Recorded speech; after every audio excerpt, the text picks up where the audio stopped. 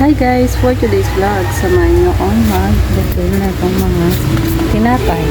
Ayun, paubos na kasi sila guys, tapos wala ng laman. Butos-butos na sila, kaya i-refill natin.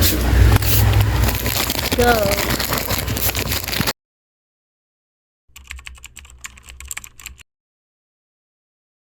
Habang nagre-refill nga ako dito ay bigla namang dumating yung cream line. Heto nga tinuloy ko naman ng aking pagre-refill sa mga gatas at kape.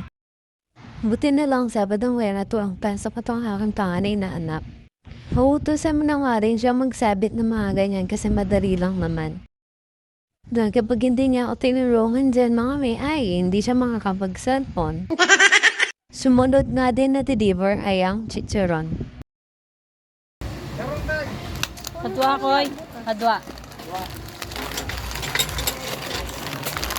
350. Ito po rin pandagdagan. Thank you. Ayun yun. Katapos nga niyan mga mi ay meron naman nagpa-Gcash. Pwede din ba ng Gcash sa inyong tindahan? I-comment mo naman kung tagasan ka para alam ko kung saan napunta ang bidyang to. Thank you for watching. Bye!